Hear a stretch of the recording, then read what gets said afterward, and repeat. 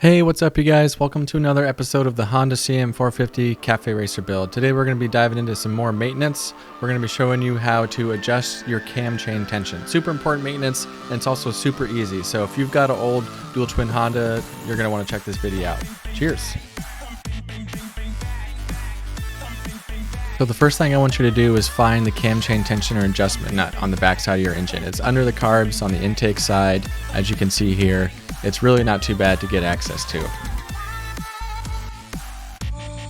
So start the bike, let it idle, let it warm up, loosen that nut. Once you let it loosen, let it sit for a minute. It's gonna auto adjust the tension and then you tighten it back up.